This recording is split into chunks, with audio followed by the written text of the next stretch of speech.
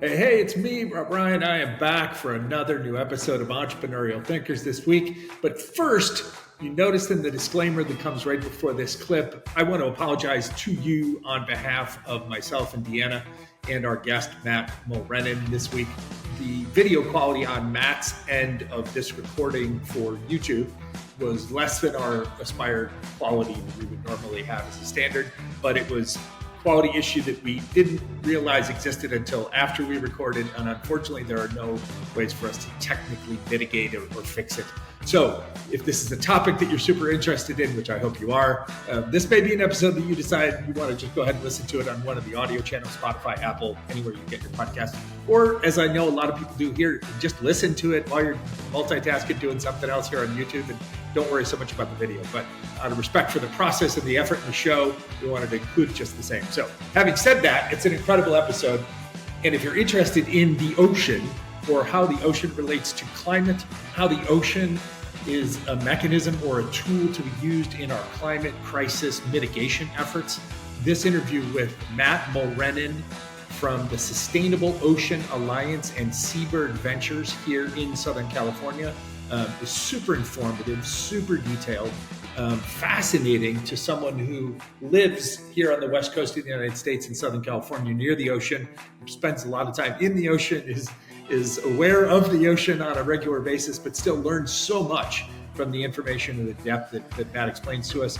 He talks to us about how the ocean is a growing part of kind of this new blue economy and kind of the alt version of the green economy that we all so desperately need as we try and, again, mitigate our climate crisis and preserve and protect the place that we inhabit going forward. So, again, apologies for the video quality. Thank you for your patience. And I really, really hope you enjoy this episode as much as we did.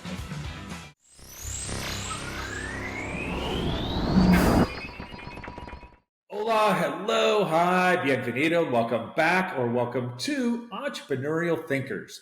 This is the show where I get the pleasure of having weekly conversations with some of the brightest and most interesting entrepreneurial thinkers across all sectors and segments of our society today, as we come together to try and leave the world a little bit better than we found it before we got on this show.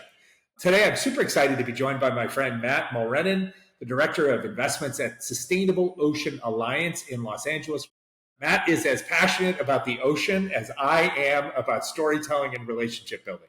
His work today has him investing in early stage pre-seed to Series A ocean health companies via the Sustainable Ocean Alliance and its affiliated venture fund, Seabird Ventures.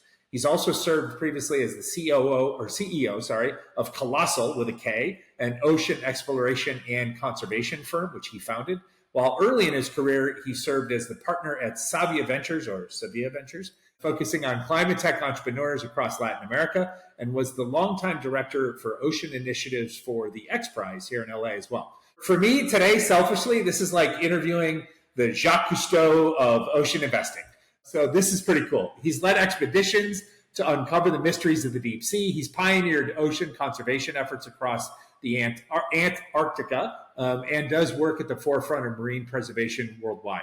And while he now helps find the elusive ocean investment unicorn companies, he's actually spent a portion of his life searching for the more elusive colossal squid, which he can tell us all about, why that's important and also what it is. But Matt, welcome to Entrepreneurial Thinkers, buddy. It's great to share this conversation.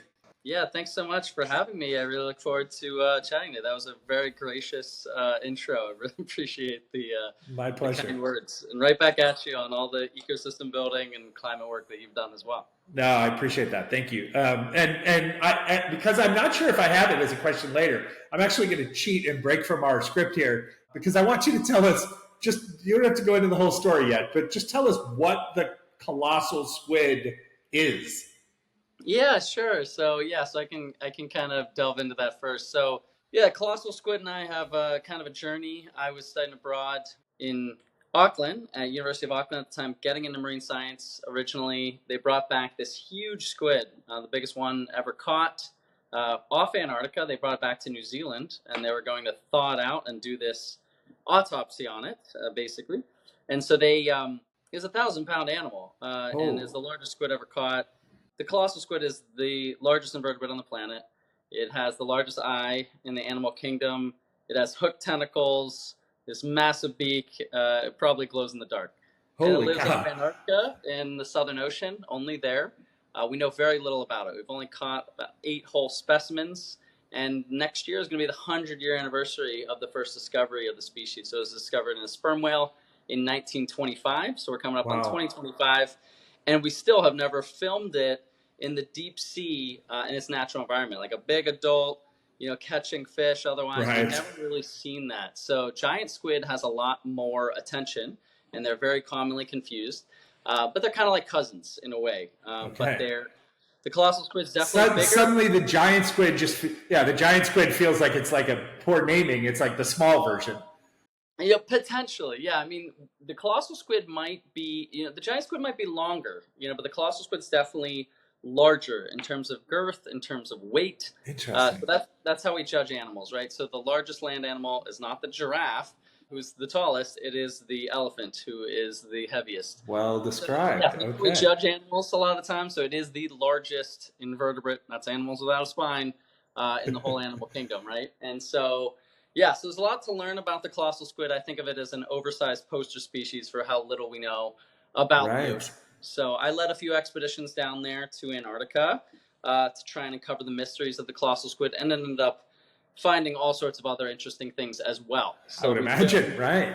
We filmed little glass squid. It might be a baby colossal, but it's still, been going back and forth with glass squid experts, and nobody can really get to the bottom of it. So it's either a baby colossal or this other species of glass squid. So we filmed that last season, and if confirmed, it would be the first time it has filmed in its natural environment, either as a juvenile or as an adult. But yeah, Antarctica is a really special place, and the colossal squid, is a great hook.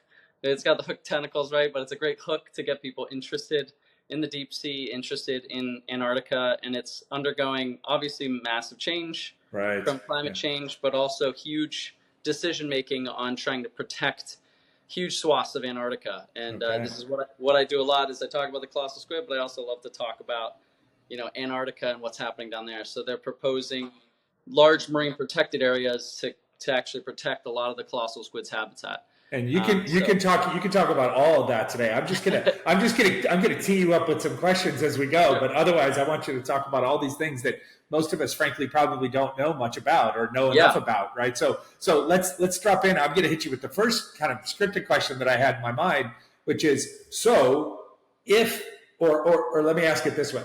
How much of the Earth's surface and or species life is oceanic? And then kind of the secondary part of that question, if you can, is, I'm going to assume the answer is it's a lot, right? So you're going to tell us exactly. But like, if it is so much, why does such relative little attention or capital get invested or focused on it and its impact on how we live and our climate and all that? So first of all, first things first, how much of the Earth's surface and species life is oceanic? Yeah, I mean, it's a great question. The majority of the biomass in terms of animals by weight, right, is in the ocean for sure. Okay. The amount of species, still unknown, right? Okay, yeah, right. Literally, because there's stuff we haven't discovered. There's so many, right? And so, including if you include microbes in this and otherwise, but there's likely thousands and thousands of species in the ocean, especially the little stuff that we just haven't discovered. If you include viruses and microbes in this, then you get enormous numbers, right? And we've just started to crack the surface on marine genetic resources that we're getting from the ocean, specifically from all of these animals. So yeah, 70% of the Earth's planet, is ocean. It's creating half of the oxygen that you breathe every day. Wow. It is vital for absorbing the heat from climate change. 90% of the heat we've created is being absorbed by the ocean. 25% of the carbon emissions. It's a vital source of food, protein, as well as a massive part of the global economy. So I'm happy to speak to all of the different industries we have. I mean, just some of those data points are. I'm going to forewarn Deanna, my producer, that I'm probably going to say "wow" a lot today, because those are just some wow data points. So relative to that, just like if we were thinking about any other category of investment or any other category of research, et cetera, like you would normally say, okay, X has this 70% of the surface, has this much of the biomass, has this much of the species. Like that's where we should put our efforts. Like we should really master that. We should preserve that. We should understand that. Yet that's not necessarily true, is it? Like it doesn't get most of the attention, does it? No, and it's, the ocean is just, it's generally speaking out of sight, out of mind, in terms of ocean issues, in terms of ocean animals. We're finally at the point where our passion and interest and curiosity towards the ocean is catching up to our technology. So we're getting a better look at it with cameras and all sorts of sensors and otherwise. But basically, we used World War II weaponry and technologies to try and destroy the ocean, right? And we went out and tried to remove resources as quickly as possible, try to extract value out of it as fast as possible. And in a large part, that was overfishing, drilling, and otherwise. So we've really gone out and tried to do the extractive industries first. So when you include that, it's been a huge part of the global economy, right? And so what I focus is there's a few aspects here, but the marine sector is like 2 million plus jobs. It's $700 billion in sales. This is just the U.S. Wow. So that's significantly more than arts, entertainment, recreation, utilities, data processing, so internet publishing. So there's significance there, right? And so there's huge parts of our economy that are dependent on the ocean. That's tourism. That's the like I said, the extractive industries, the transportation, living resources, which is just kind of like all fisheries, etc. Shipbuilding, boat building, utilities, research, education, construction. There's so many industries that are in the traditional blue economy. But the challenge is transforming that into what we call the new blue economy and more sustainable blue economy. And so aspects of it are short term, have been pretty profitable, but they're pretty boom and bust. Overfishing, we've seen oil we're trying to get away from. And so what else can we derive benefit from the ocean without harming it? And how do we actually invest in things that have a benefit for the ocean and are also at that balance of sustainable and scalable? So, huge push into ocean data management. Like I said, marine genetic resources. And we have all of these. We mentioned Antarctica. There's a sea squirt off Antarctica that's being investigated for skin cancer treatment and development. There's all sorts of genetic resources that are important for pharmaceuticals and otherwise. You have offshore wind, a massive and abundant resource, and it blows steadier than onshore wind. It's a much stronger resource than onshore wind. Sure. And we're just getting started on that in the U.S. You have underwater current energy as well, a huge abundant resource. We're just starting to understand and to tap, but it's consistent.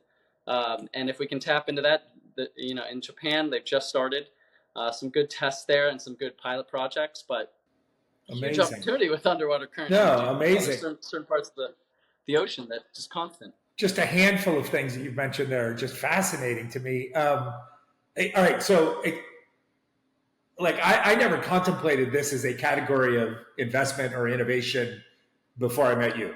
I like to think of myself as kind of a generalist and fairly overly aware of things in the world and in the business world especially, but I never contemplated this, and I'm not a sea-going person per se, so maybe I was as you say, out of sight, out of mind.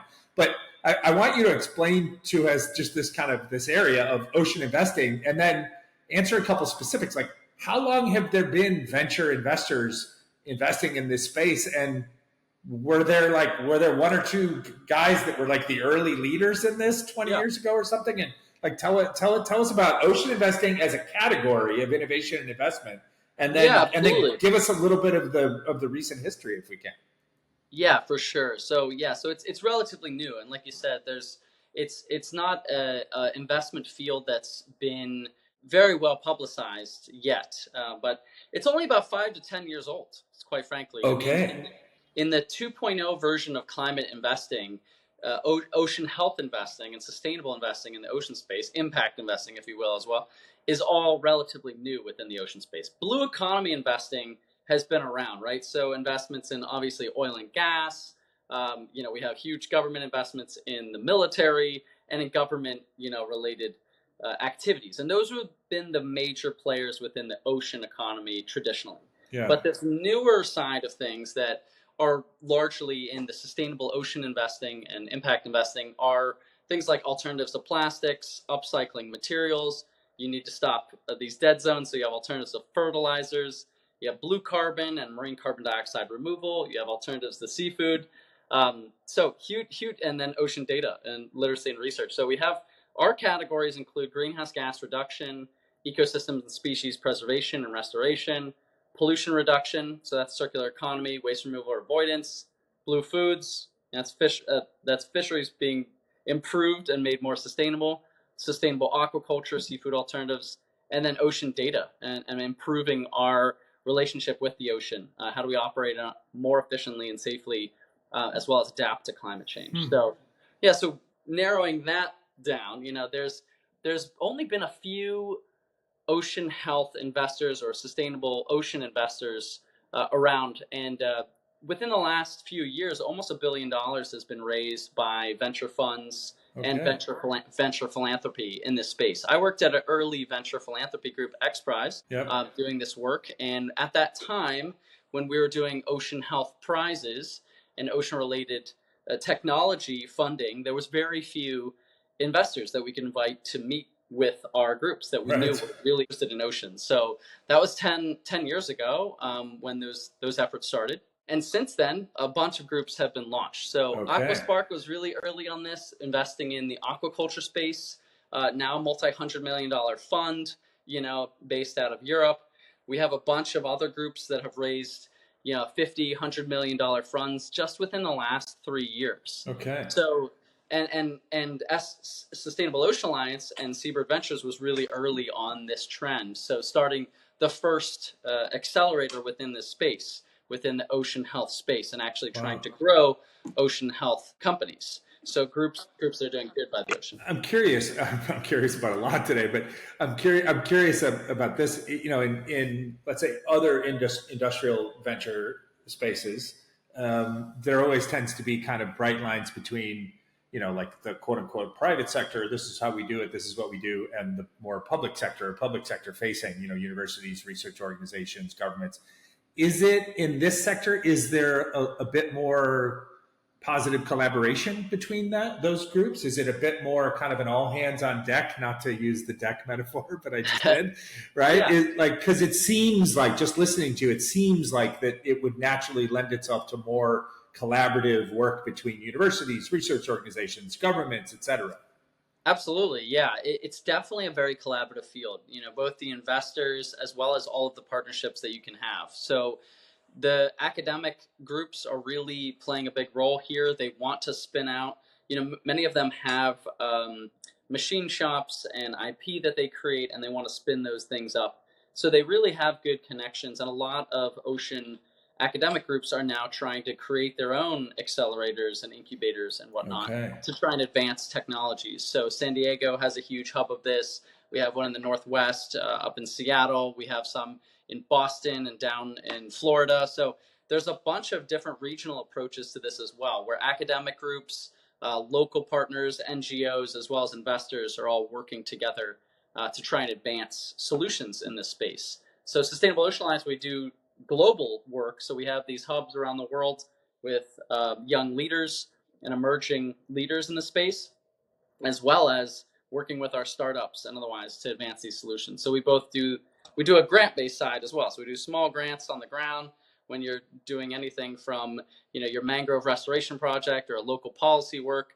So we fund small-scale grants on that side, as well as we do some investing work as well. So those groups all kind of match up, but they work together in this really beautiful ecosystem of people that care about the same mission, right? And they're all trying to work towards ocean health, and restoring the ocean in our lifetime, which is the mission of Sustainable Ocean Alliance. That's amazing. So there's a lot of collaboration, and in terms of investing fields, it's far better than some others, right? Yeah, it sounds like it. Deal flow sharing. In terms of conferences, we're hosting a conference in San Francisco coming up at the Salesforce Tower. We're going to have a bunch of investors there and our startups there getting to meet each other. Awesome. So there's a lot of above the fold kind of deal flow sharing and honesty and transparency within this space about trying to advance these groups, and we need it. We need to do that. So it's still early. Sure. We could have multiple groups get more insulated and Yeah, more like competitive, and over that's going to time. happen. I mean, over time, that's kind of probably an inevitable. For sure that evolves, but for now, people are really people are really collaborative in the ocean space, and I always say this, that they put the ocean in really nice places, and there's just really great people within those places, and so there's a lot of yeah passionate Yeah, people who no, want to save I the get ocean. that. But You're it's not just marine science. It's not just marine science anymore. It's all social. you're one of them, buddy. You're one of these passionate people, which I love. So, all right. So we talked a lot about place. You talked about regional. You made a couple of references, like you guys are going to do an event in San Francisco. You mentioned some of the organizations that work down in San Diego. Like we're here in LA, which again, largest commercial seaports in the world. Hundreds of miles, or like dozens of miles in Los Angeles, but we're in California, so hundreds of miles of Pacific Ocean. Like I've heard, again, just as someone who reads the LA Times and has like friends in the entrepreneurial space like you who play in different things, like I've heard about things that are being built to serve this blue economy down in San Pedro. Yeah. Like we obviously have a huge cluster of world-class universities, and so I would imagine that they're interested in doing research. SC, UCLA, Pomona, Pritzker, all these different great schools that are around here. So tell us a little bit, like, is LA like a burgeoning hub? Is this a place that could become a real geographic leader in the space going forward around these types of investments? Yeah, absolutely. I mean, Los Angeles, I think we think of it as this hub for Hollywood and for where video games are made or movies are made, and Yeah. and it is that, for sure that's an industry. I lived in Venice for many years. I live in Hollywood now, and most of my friends though work in other industries. There's a lot of other fields in this space. Finance is a huge thing here. Health insurance, healthcare, insurance, real estate.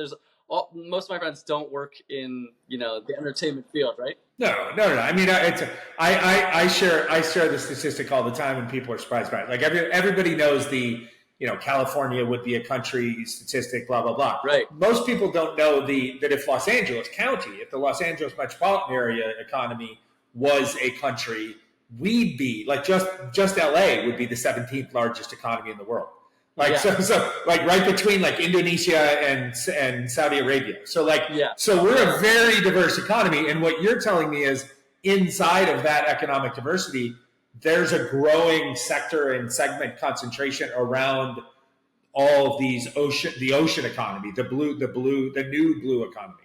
Yeah, exactly. The new blue economy is starting to get more of a focus here, and that's because the resources that Los Angeles has, like you mentioned, we are the pathway to global trade right here. So the Port of Los Angeles and Long Beach import a ton of our goods. They're put on trucks and spread out throughout the country. So a lot of what you're consuming has come through Los Angeles, and it's really still in a big way a blue collar town on a lot of the stuff. And so so we have the major ports. We have this facility at Alta Sea down in San Pedro, and it's a huge old warehouse that they're converting to have startups do their testing and otherwise there. Okay.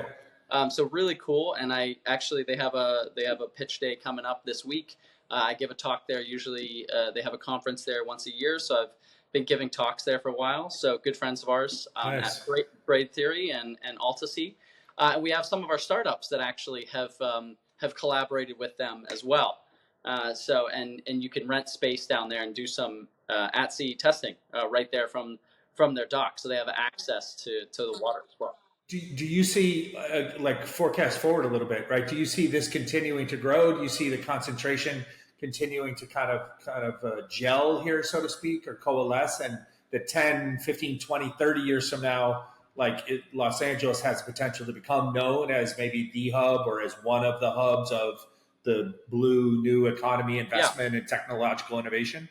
Absolutely. I think, the bottom line is there's other groups, like we were talking about the academic spin out, right? And that has a major impact on, the accelerator model, the attracting more groups, to hosting conferences, to getting investors involved in your space.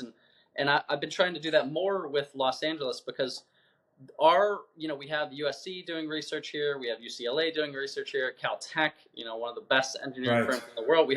There's groups spinning out of Caltech doing carbon dioxide removal and raising a whole bunch of money. So there's a lot of great institutions based here.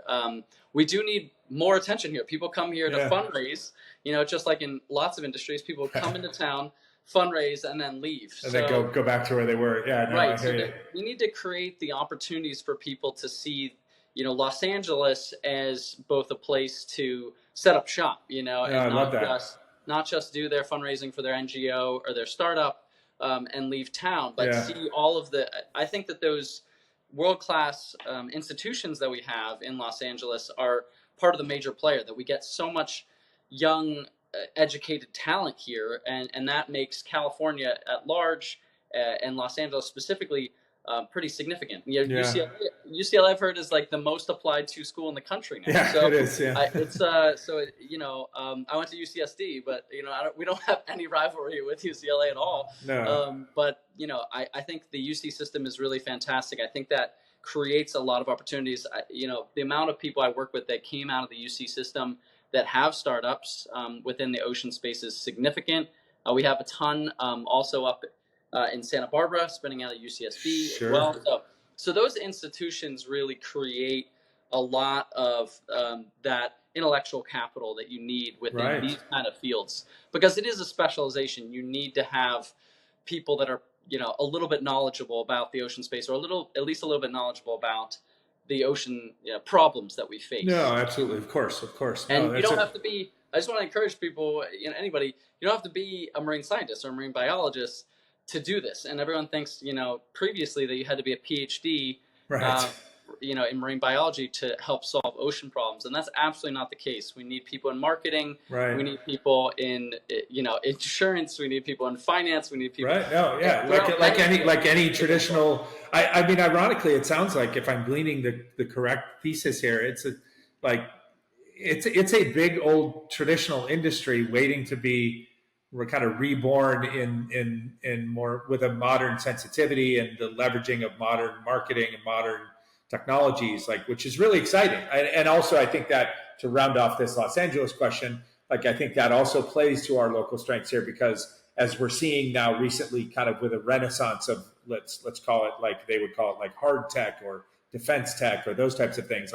That's although many of the friends in El Segundo would love to think that they've invented this for the first time in 2023. The truth is, if you're old enough like me to remember, that's the roots of the industrial economy and manufacturing economy in Southern California from World War II forward, right? Is hard, quote unquote, technologies, whatever they were of the time, right? And so to me, there's a natural space here. There's a natural opportunity to say, hey, we've also been receiving the world's goods and been mastering harbor operations and shipping and all that part of the ocean economy since the 1900s. So now we're just reinvigorating the newer version of it so that we can leverage and take care of and restore the ocean for the next 100 years, right? Absolutely. Yeah. That's amazing. I got to ask, this is the novice, non-scientist, just citizen question, right? As the outsider, it seems to me, from listening to all the different things you've already shared, that proper management and health of our oceans and our seas and better understanding of them, it just seems to me that is intuitively integrated, or should be, into all of our broader efforts to mitigate climate change and all of its effects. Absolutely. How do these things kind of bisect in our... It's a great question. Yeah. And so the climate, how the ocean goes is how the climate's going to go. Thank you. That's the catchy catchphrase that I needed. The ocean is the global climate. It really is controlling it. So, like I mentioned earlier, 90% of the heat is being absorbed by the ocean. We're seeing unprecedented ocean temperatures all around the world this year. As it is, 2024 is likely to be the hottest year on record. So, ocean animals hate this, right? And, it removes with warmer water, they get less oxygen. You're going to have fish pushing into deeper and colder waters. It's going to get harder and harder for the small scale fishermen to be able to catch them. I did some really early research on the food security issues with that. while I was at Oceana way back in the day, and there's significant changes that are happening to the ocean, but the ocean can also be one of the big solutions to climate change and to ocean acidification, which is the absorption of carbon into the ocean is making it more acidic, which is really bad for the shell-making animals as well as certain types of plankton, which is also a huge controller of the global climate. So, the ocean, I think, is going to be a huge part of the solution to climate change and starting to become not just a derivative of the climate investing space, but it's starting to become its own investment field, its own focus, because people are starting to see these statistics and say, there's so much energy out there that's not just oil and gas. There's so much wind energy and current energy and wave energy. If we can just figure out how to tap it, we have it better located next to large population centers. Just on the wind example alone, when you said that off the top of the show, like that stuck in my brain for a minute there, because I immediately thought to myself as I was listening to you answer, I was like, oh, wait a minute. See, I, like probably everybody, has wrongly viewed like wind as essentially just like wind energy, which is an awesome category, really important. But I viewed it like kind of naively as like just an extension of Earth, of like land-based wind. And honestly, and this is talk about terrible interpretation, right? I just thought like, oh, we just decided to like place them out there in the ocean because it's like out of the way of people. It's just right. It's out of it's easier to permit. And what you're really saying is, wait a minute, like while that partially may be true politically, right? Like the other more important part is that no, Rob, what you don't understand is there is a unique power source that is ocean-based wind energy. That if you go place these things far enough out there, now you're not part of the wind pattern of the land masses. It's more consistent, it's more reliable, it's more manageable, it's more better understood, etc. I'm like, just right there, I went, holy cow.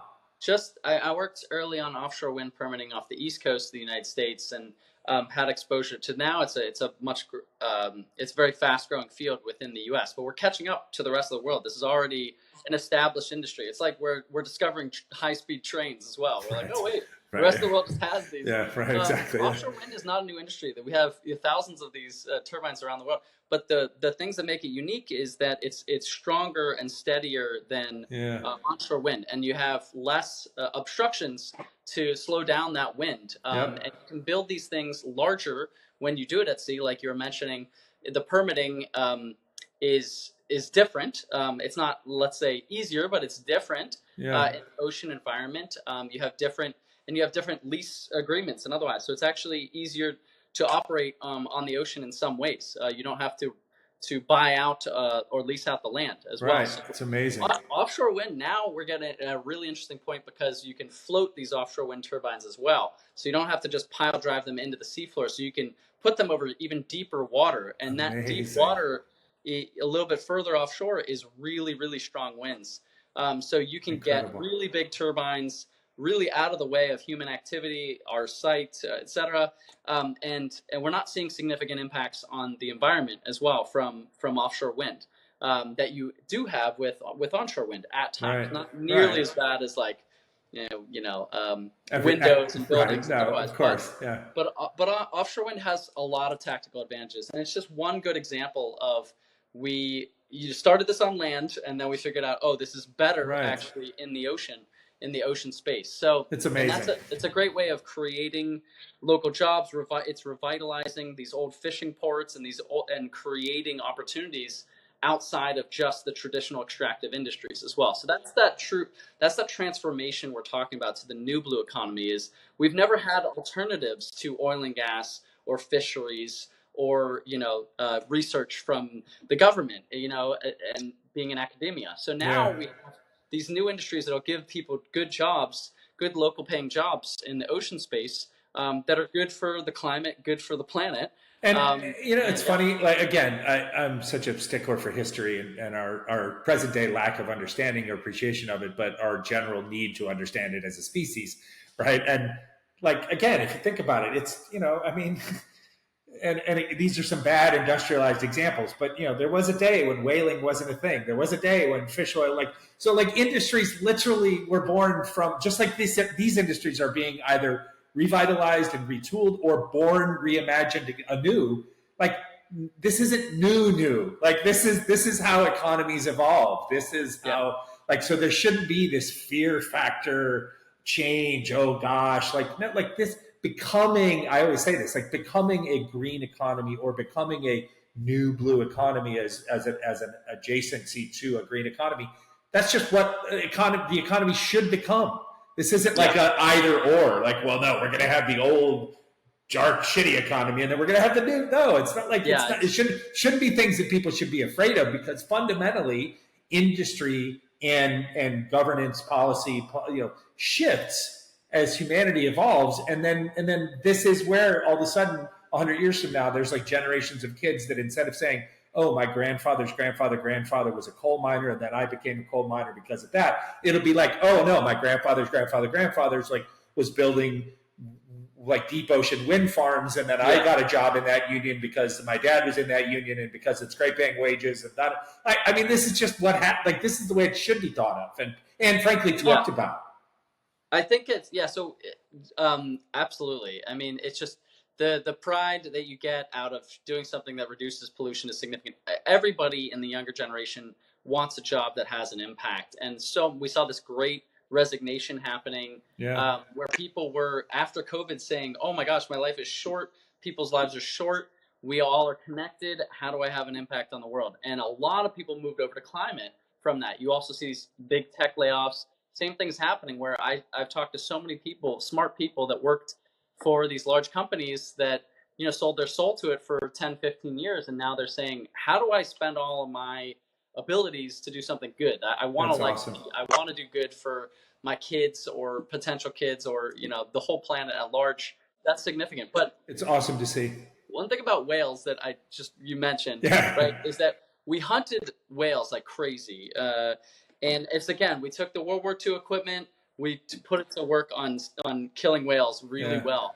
And we killed millions and millions of them, first for their oil and then for blubber, for their meat, etc. But, and their whole evolution is really interesting, is that the basically oil on land that we started drilling for on land and started in Pennsylvania where I'm from originally, that famously replaced oil that we used in kerosene, etc. from whales. Right. But I was down at a whaling station in Antarctica, an old abandoned whaling station. Right, they don't whale there anymore, and people pay so much money to go down to these places and see whales. So there was a whale right next to this abandoned whale station, and people were just oohing and awing over it. Right, and they paid $25,000-$50,000 to go down there and see it, and they're making so much more money from these animals being alive. right? So it's just like a matter of thinking. It's a change. Like you're saying, there's fear in when we protect something that it's not going to be worth anything, and then suddenly we realize that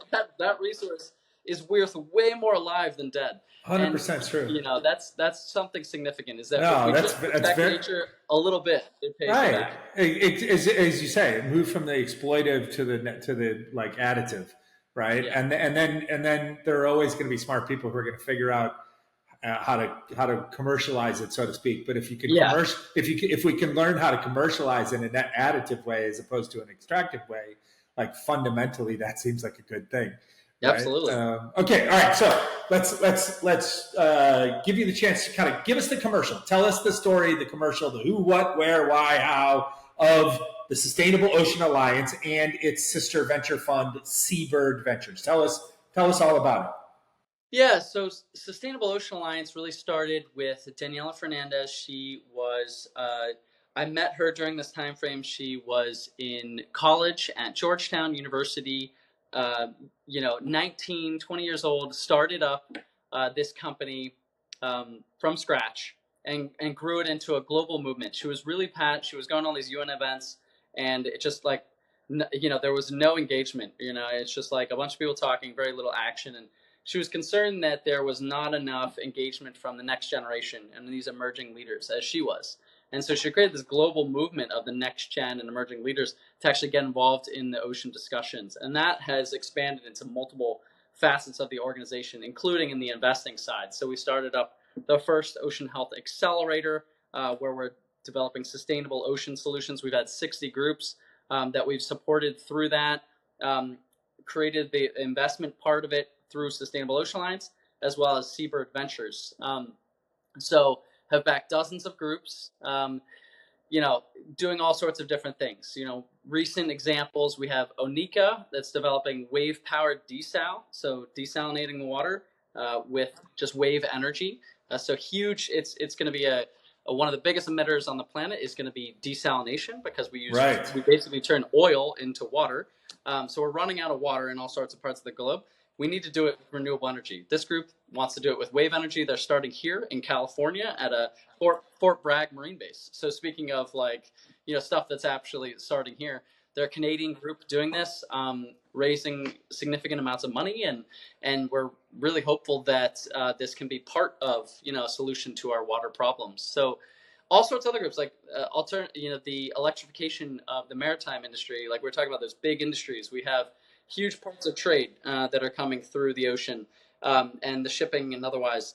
We have Photon Marine that wants to do electric workboats. So at the docks and at the ports, groups that are using all the smaller boats, all of these smaller boats, these support boats, right? They can do that, and they can electrify those, and it's really significant because people who are working on these docks are inhaling all those fumes, and these outboard motors are just really bad for the environment. Yeah. They use way more gas and super concentrated in a port, which we already have talked about. Delivers basically takes in like 60% of the country's. Exactly. So it's really important for air quality, and those super users of both cars and boats. Those are the things we need to focus on to get them off of oil and gas, decarbonize. So Photon Marine, just raising their round. We have alternatives to plastic, dispatch goods. They're doing like the milkman model for delivery goods, so they can replace. Basically, they can have reusable packaging that a lot of people are getting their food delivered to their house now, and you can actually have reusable packaging there that they can wash off and reuse in their facilities. Dispatch goods is raising right now and doing very well. Cruise foam taking spent seafood and turning it into biodegradable foam products. So one of the leaders in the biodegradable foam market, and the foam market and plastic markets are some of the biggest in the world. These are some of the most profitable industries that we need to disrupt. We need to get them off of plastics, and we need to make them better for our environment and for our human health. 100%. So those are just a few examples. Those are awesome examples. Thank you. Yeah. And then Seabird Ventures is that spinoff of SOA's approach. So Seabird Ventures, the funding goes back to Sustainable Ocean Alliance. So it's an affiliated fund that we use to follow on from the companies that we've supported at a very early stage. We've incubated and accelerated. We'll invest into some of those standouts via Seabird Ventures. So it allows LPs and participants to come in.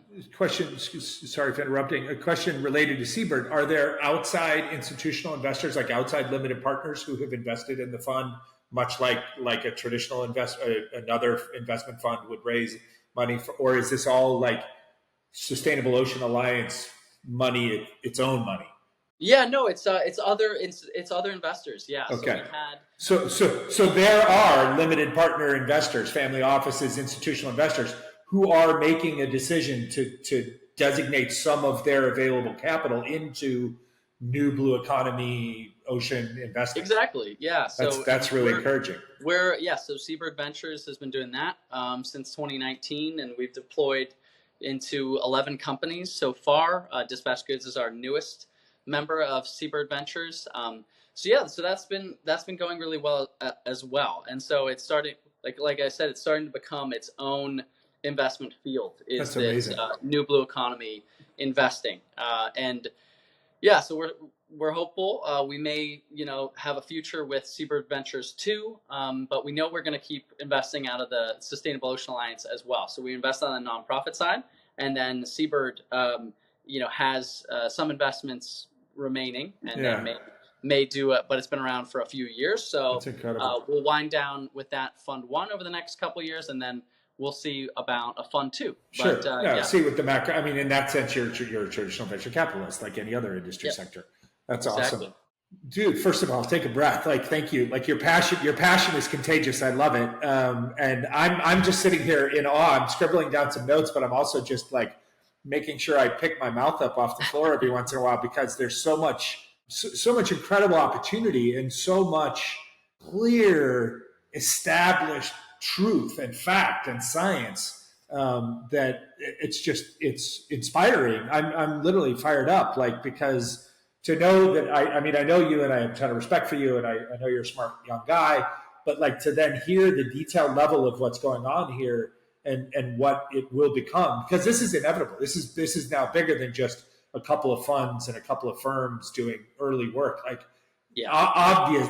This to me is as obvious as any other category that is like, oh, this is going to be the next thing. Like, because it's so integrated in the issues of the day, right, and the challenges that we face, and across all of our society. Like that, it's so fundamentally woven into commerce and industrial output and economic opportunity, as well as climate. I mean, it's inevitable, to me. So I mean, maybe I might have naive confidence from the outside, but it seems inevitable to me. So it's incredible to hear you from like kind of the tip of the spear of how this is all unfolding. It's really, really encouraging. And then to hear selfishly, locally, that Los Angeles has kind of an obvious opportunity already has a presence, but has an obvious opportunity to kind of really, really play a leadership role in this. That's really exciting. So thank you for all of that to this point. A couple more questions before we get to the last segment.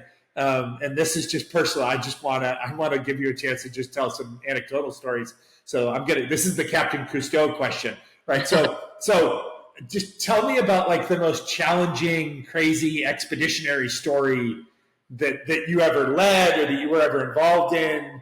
I would love to hear something like that. Yeah. Oh man. So yeah, you spend some time on the water, and personally, I've spent months of my life at sea, and and certain cool things just happen, right? So, one cruise to bring it locally was we're doing some carbon investigation off of Monterey, and Okay.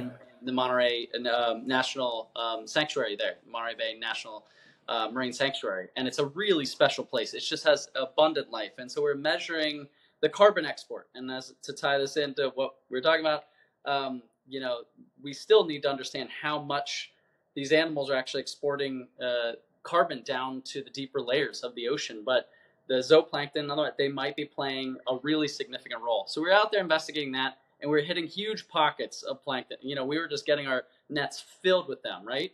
And then these whales just started coming up to us, and these humpback whales, and we had instruments coming on and off the boat, but we kind of stopped the research because they were right next to the boat and they wouldn't really leave us alone, right? Wow. So they started coming up and poking, they do this peeping, and they come up and just like look at you right in the eye. And a lot of people can attest to this that go whale watching and otherwise, but when they just stick around for hours and we didn't have any place to go, right? Yeah. We couldn't move from this station. It was just a really, really cool experience having this experience with these whales during the day. And they come up to, and you can just see their intelligence, and you can see that we live on this planet with not just human intelligence here. Right. We have these what they call in the movie The Abyss, one of my favorites, like this non-terrestrial intelligence, out there in the ocean. And so I thought that was really significant. That was That's amazing. a big moment, just like one of my more significant moments. All right, let me ask you a question on that one. Like, did we figure out like why? Like, were they coming up, and then did they stick by you guys because you had removed so much of their food, like the plankton? They were like protesting us. No, I don't think so. But that would be. Or they were just curious, like what you were doing and why you were. I think because we have this really light sonar that comes down from the boat. It's like an echo sounder that basically measures the seafloor. That a lot of the whales do get interested in that ping. Like there's just this little. It's not like Navy sonar boom blasting things. It's like just a little ping that goes off, ping ping. Yeah. And the whales seem to be attracted to that sound and will come and check you out. They'll check out any boat really, but they're just inquisitive. They're just curious, I think, and they're just interested in what we're doing. But at night, what was really cool is we turned the lights on to do research, and I was on the night shift on that boat, and there was so much abundant marine life around us. As I was mentioning, that our toes were filled with life, and the lights started to attract a ton of small fish. And I don't know if you remember this, but this was in 2010. There was all these Humboldt squid right off the shore here, and it was I remember reading about that. Right. They're like, they can be about 6 feet long. They're pretty large. They're usually down in Mexico, but also tied to climate change as well as overfishing. We don't know why, but they were expanding their range all the way up to like Alaska.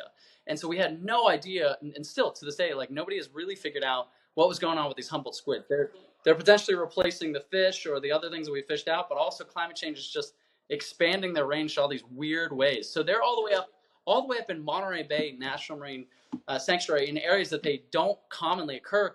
And there was just hundreds of them eating these fish right around the boat. Wow. So all throughout the light, there would just be tentacles grabbing fish, and you could see them darting in and out of the water, and this glowing fluorescence happening, and so it was just a massacre of these fish. Right? Yeah, I mean, like there's nothing you could do about it. One of the coolest things, So that was one of my first research cruises, and it really just.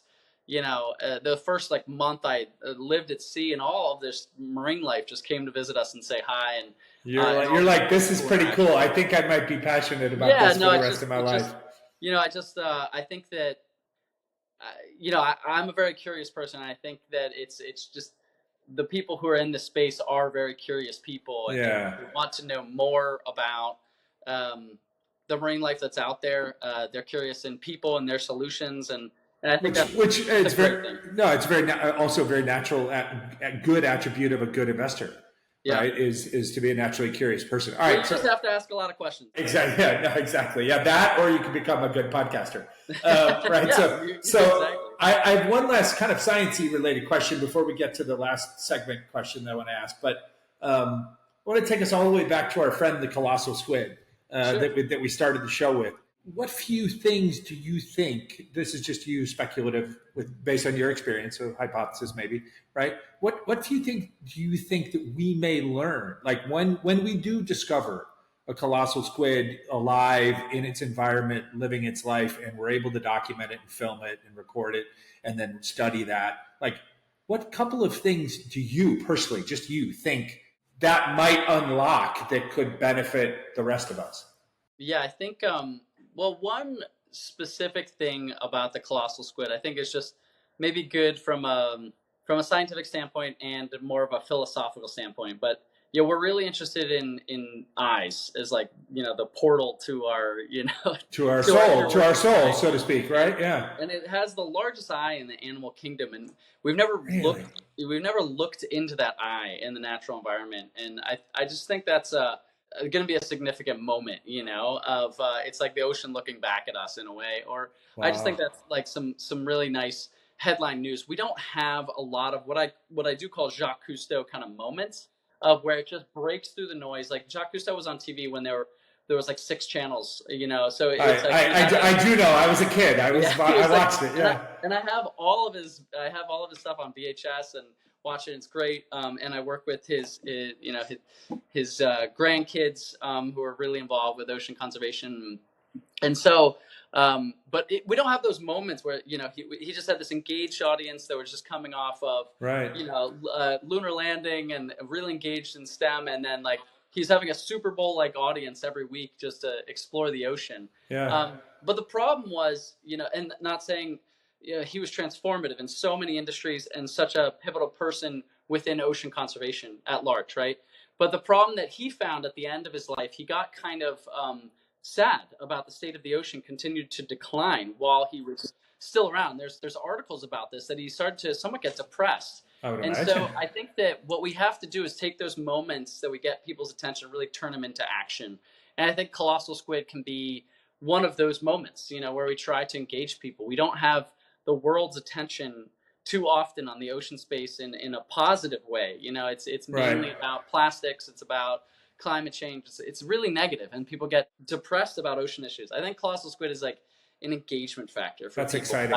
like we're talking about right now, and we're not, really getting doom and gloom. And it's like We're not. There's no doom and gloom. There's no doom and no. I'm looking for. I'm a pragmatic optimist, so I'm looking for solutions and opportunities. I'm not. There's no doom and gloom in the world of entrepreneurial thinkers. So it's like, I think that's awesome. That's incredible. I think that's a cool discovery. I think it'll be a cool moment. I've written letters from kids around the world talking about how excited they are about the Colossal Squid. One kid had a Colossal Squid themed birthday party. Okay, sign that kid up. Give that kid a scholarship to your future, whatever.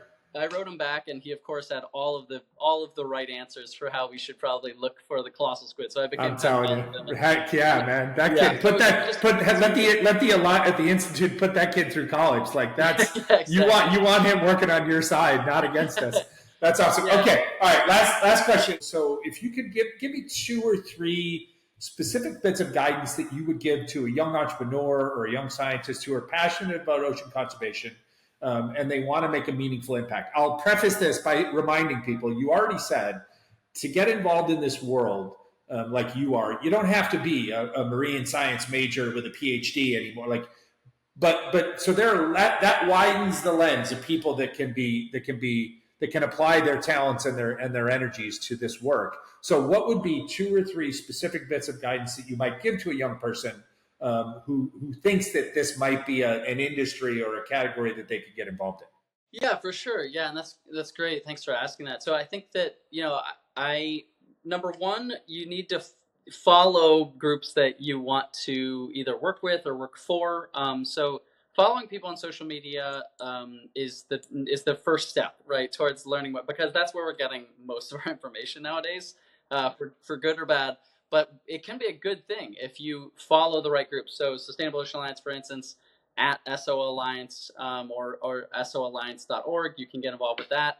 We have a bunch of initiatives to get young people engaged in the process. So we send young leaders to global conferences. I just went to Greece and we had the Our Ocean conference. We're talking about world leaders at this conference making big declarations to protect the ocean. And we had a bunch of our emerging leaders get up on stage and speak to them, and so you can have a pretty big impact as a young person at an early age is what I'm going to say first and foremost. Is you don't have to be, again, a PhD marine scientist or have 20 years experience to actually make an impact in the space. So I just want to break down that barrier a little bit. But you can get involved with our hubs and our networks. We have these set up all over the world where people get involved in all sorts of initiatives, both local, anything from a local cleanup to a policy initiative. We have a campaign against deep sea mining at the moment, which has a lot of action. We have groups in Peru setting up marine protected areas down there that have some of these countries. They have direct access to their president, and they lobby them directly and stuff. And so it's really you can get involved in all sorts of interesting ways on ocean issues, and it's not. It's an area that needs support, needs enthusiasm that's turned into action. So you can get involved in those ways for sure. Following groups, making even a small donation. It doesn't. I'm not saying has to be $1 million. Yeah, no, $5 a month kind of stuff. And why I say that is because you become more invested. Sure. And as an investor, I follow and support and prop up the groups that we're involved with, that we're invested in very significantly. Yeah. And you build up when you have even some of a financial relationship, you become more engaged in that group than you were before, and you get more interested in their newsletters. You get more interested in. Right. You become a bigger cheerleader for their solutions. And so when you become a donor, even if it's a low level, because that can grow with your life, you are sometimes going to be a job creator, and you're going to be a wealth creator potentially in your life. So just starting out with a $5 check, I have examples of this, of people that went on to supply hundreds of millions of dollars into the climate space or into the ocean space, that they started at these really small check sizes. So, getting it, following along, giving a tiny bit of, try to find a group you like, giving a tiny bit of money, and then really getting intimately involved in how do they work? What do they do? What are their needs? And that can take you the next step further. Is this something that I apply your skill set and back up and go, what am I good at? And what are groups looking at? What do they need? And then if there's nothing there, start your own thing. Think about, you can start your own idea. When you're young, you have this opportunity to annoy people and ask them so many questions, right? I love that. Of just like, hey, I just want to have a conversation about XYZ. And you'll be surprised that, like we said earlier, the ocean community is really collaborative. We have this global group of mentors involved with Sustainable Ocean Alliance that are always willing to help young people get to their next step, right? And to their next place of their career and advancement, and starting to investigate, okay, these are the skill sets I think I have, and then you try to apply that to the ocean space. But don't think like, I got to go out and do science and then do this. Yeah. Like, that's you don't have to take all of those steps. It's not like everybody is a marine biologist that saves the ocean. So you can do literally any background almost already, whether it's through your high school or college, and you can probably apply those skill sets in the ocean space in some way. Dude, that's amazing and super specific advice, but a wide range of possibilities for everybody that's interested. That's incredible. Selfishly, thank you. This was awesome. This was a blast. It exceeded. I have high expectations for every conversation on this show, but this one exceeded it. Your energy is infectious. The information, the knowledge that we shared just conversationally today is both useful as well as informative, and I think inspiring. This has just been a blast. I know a bunch more now than I did an hour ago, and that's bodes well for people that hang out with you, because they're going to spend more time with you, and they're going to be around your programs and around your events and around your communities, and that means that the potential for them to learn is just off the charts. So Matthew Mulrennan, thank you, buddy. This was great. Yeah, thank you so much, Rob. I really appreciate you having me, and yeah, this was an awesome conversation. So appreciate it. How can we, in case we said it before, but let's redouble again. How can folks find the Alliance online? How can, if anybody wants to find or follow you, how can we connect with you guys? Yeah, soalliance.org, or Google Sustainable Ocean Alliance. We're on a bunch of the major platforms, LinkedIn and Instagram, and I think we even have Snapchat. And, whoa, okay, cutting edge. Maybe TikTok. I think we have all of them. So nice. I'm not on TikTok, but I'm pretty sure we have a TikTok as well. So you can follow along on any social media platform, and just get engaged. You can join the Alliance as well. It's an easy organization to get involved with, and then apply your skill sets with the group. So we're really encouraging of the next gen leaders to get engaged. So that's significant. Terrific. Awesome. Thanks, buddy. Cool. Thanks a lot, Rob. Well, I hope you enjoyed that episode as much as I did recording it. As always, we thank you so much for listening and watching.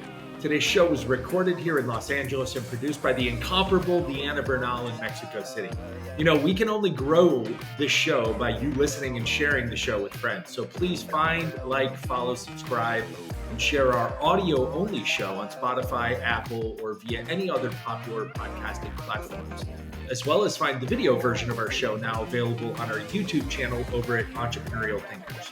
And of course, you can follow along on our various social media platforms for fun and informative clips and content at Entrepreneurial Thinkers, wherever you can find us. And if you'd like to connect with me, you can find me at I Am Rob Ryan on just about any social media platform. Gracias, thank you, and have an awesome day.